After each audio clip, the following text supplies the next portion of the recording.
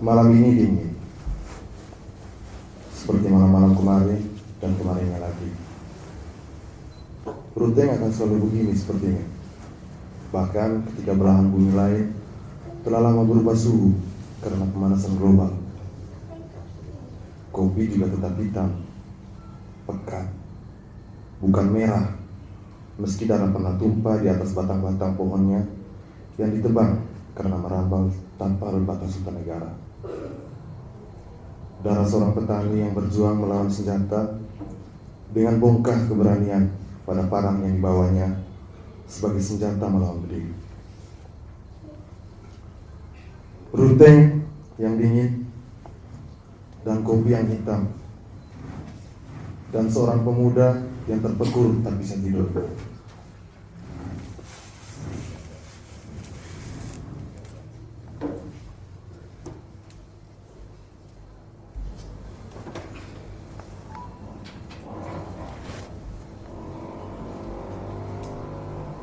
Belum selesai. Sebentar lagi. Di kejauhan, sepeda motor 1-2 berlari menembus malam. Meski sia-sia, bunyi-bunyi knalpotnya seolah menegaskan kuasa atas malam. Malam dengan jubah hitamnya yang berkuasa. Siapakah yang mampu memberi nama lain? Sesia-sia mencari gambar atau cerita pada kopi hitam pekat. Yang ada hanya hitam. Tidak berhasil. Apanya? Seperti kemarin, hari ini juga tidak ada jawaban. Mungkin kau tidak bertanya dengan benar. Jawaban yang tepat hanya datang untuk pertanyaan yang benar. Apa itu pertanyaan yang benar? Pertanyaan yang akan mampu dijawab dengan benar. Melingkar, kembali lagi seperti ayam dan telur. Sesekali melintas binatang malam di tengah gelap. Kepak sayap kelelawar di pohon pepaya yang buahnya meranum tertangkap telinga. Kelap-kelip kunang-kunang terlihat dari celah gorden yang tak tertutup sempurna. Selebihnya gelap. Kopinya tetap pekat. Pertama, jawaban melingkar itu tidak seperti ayam dan telur. Ayam ada sebelum telur. Itu kisah penciptaan. Kedua, yang melingkar itu kau. Pemuda yang bertanya pada segelas kopi tentang kisah pohon-pohon kopi yang ditebang dan petani yang mati berkalang tanah di tapal batas hutan negara. Sampai kapan kopimu akan tetap hitam? Tak ada gambar atau cerita. Juga tayang ulang dari kisah sengsara bernama Rabu Berdarah itu. Lalu aku harus bertanya pada siapa? Petani itu telah mati. Tentara pemegang bedil. Apakah dia akan jujur menceritakan apa yang sebenarnya terjadi? Pertanyaan hanya punya tujuan satu, jawaban, bukan kebenaran. Aku takut tentara. Pertanyaan hanya boleh diajukan oleh orang-orang yang berani. Tapi aku tidak takut bertanya pada kopi. Karena kau tahu kopi tidak akan menjawab. Itu pilihan orang kebanyakan. Bertanya pada sesuatu yang tidak akan memberikan jawaban. Kau tahu kenapa?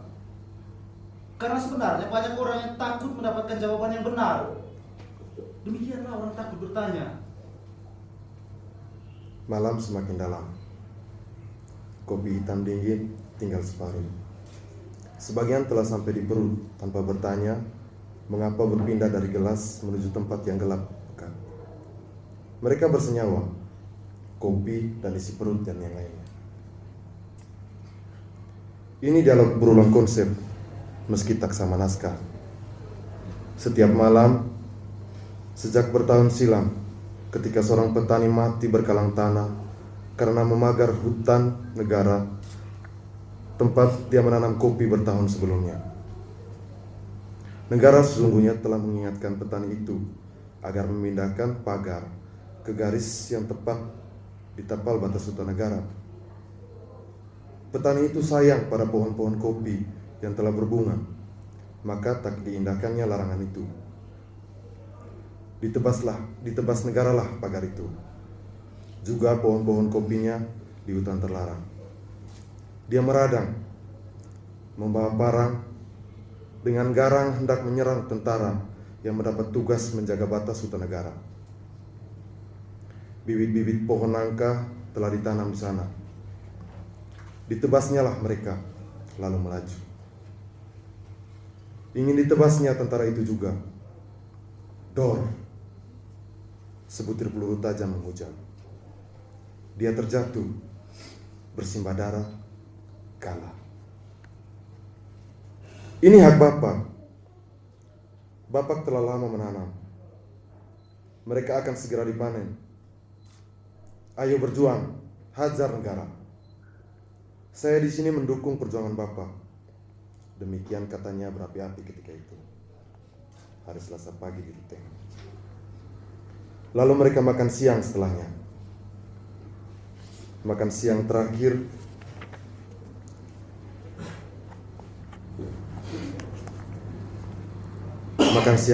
bersama si petani yang keesokan harinya mati diterjang peluru tajam.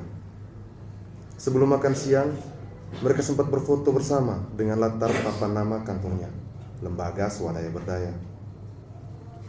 Aku tidak takut pada jawaban yang benar. Aku justru takut pada jawaban yang tidak benar.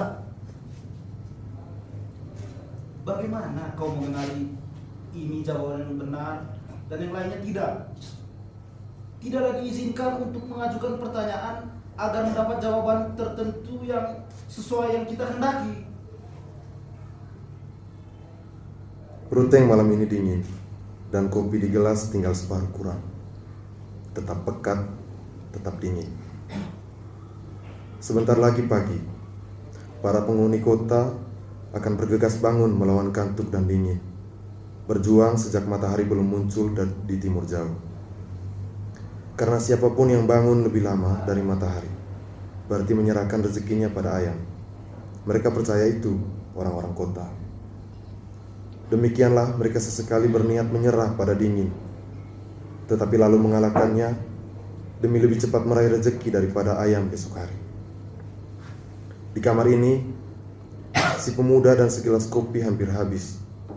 Telah lama kehilangan waktu sejak hari Rabu itu.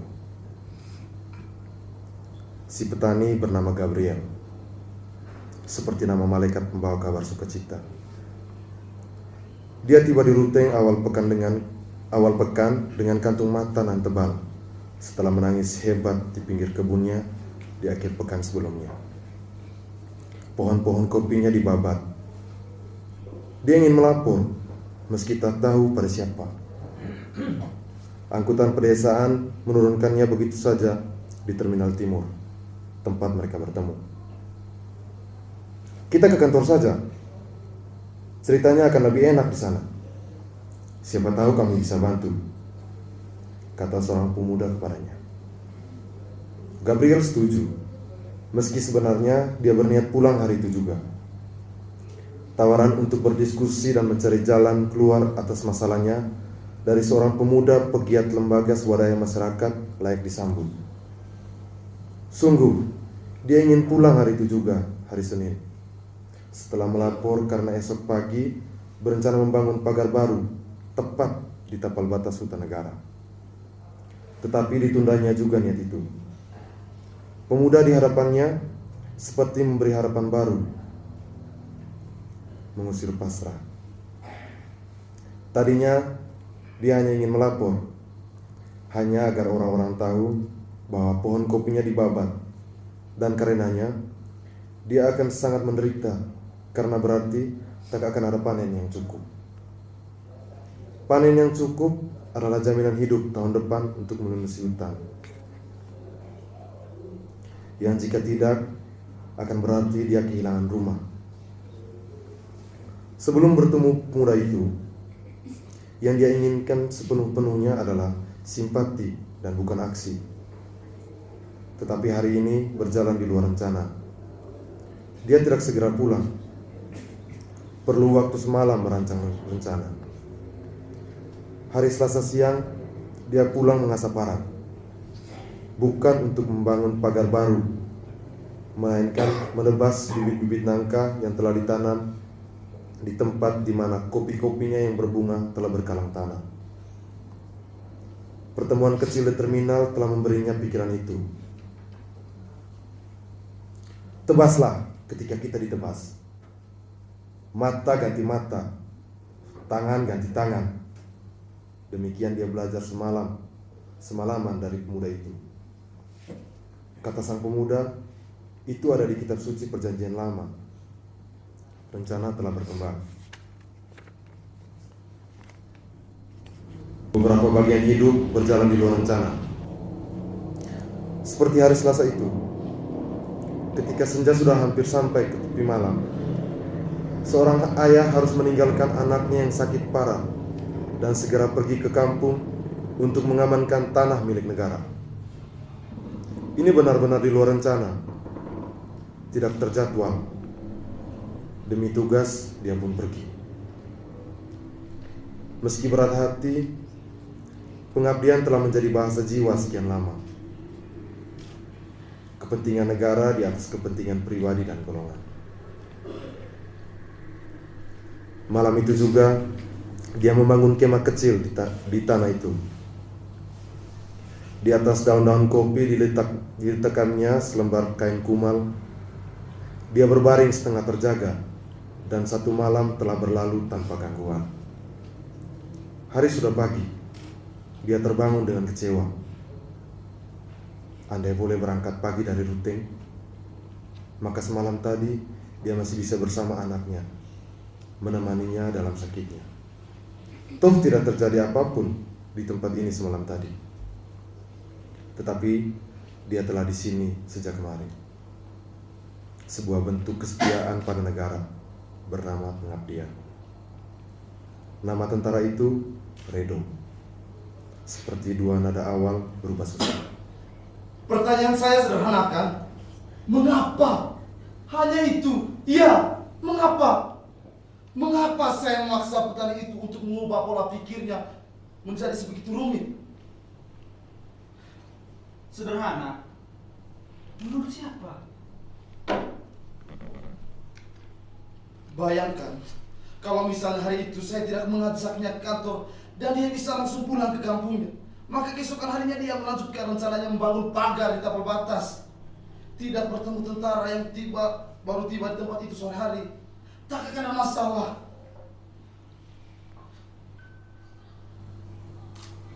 Badannya telah lama kurus sejak ketakutan mengambil tidur malamnya. Pemuda itu tidak tahu lagi bagaimana rasanya tidur pulas. Pucat pasih mukanya, tak bertemu matahari. Dia di kamar saja, sendiri dengan majalah usang di tangannya.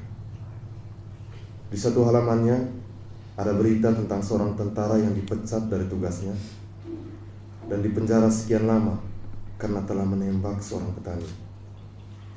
Pengadilan memutuskan dia melakukan kejahatan kemanusiaan dengan sah dan meyakinkan, dan menolak permintaan izinnya untuk keluar beberapa jam dari penjara agar boleh mengikuti pemakaman anaknya yang meninggal dunia. Anaknya yang dulu sakit saat dia meninggalkan demi pengabdian. Atau bayangkan jika dia, tentara itu membangkang sehari saja dan baru pergi sehari setelahnya, maka dia tidak akan bertemu dengan petani itu dan tidak menembaknya. Diangkatnya gelas yang telah habis kopinya, tinggi, semakin tinggi. Ditarik ke belakang kepala, semakin ke belakang sebelum disentak lepas ke dinding kamar. Pecah perantakan di sana.